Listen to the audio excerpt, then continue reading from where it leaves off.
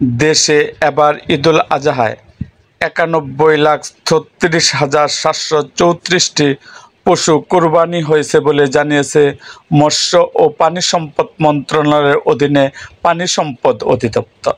মঙ্গলবার 10 জুন রাতে প্রতিষ্ঠানটির বিজ্ঞপ্তিতে জানায়, এই ঈদে গরু মহিষ কোরবানি হয়েছে 47,05,106টি, ছাগল ভেড়া 44,30,668টি এবং অন্যান্য প্রাণী যেমন উট, দুম্বা ইত্যাদি কুরবানি হয়েছে 960। মৎস্য ও পানি সম্পদ মন্ত্রণালয় জানিয়েছে, স্তরায়িত দ্রব্য নমুনা অনুযায়ী ভিত্তিতে তথ্য সংগ্রহ করে পশু কুরবানির এই হিসেব করা হয়েছে।